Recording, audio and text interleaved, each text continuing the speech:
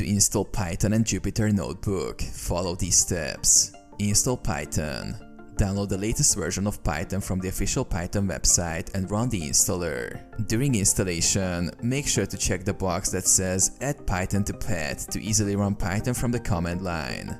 Verify the installation by opening a command prompt and typing Python version. You should see the installed Python version. Install Jupyter Notebook. Open a command prompt or terminal. Use pip, Python's package manager, to install Jupyter Notebook by typing pip install Jupyter. Alternatively, you can install Jupyter Notebook using Conda if you have Anaconda or Miniconda installed. Launch Jupyter Notebook.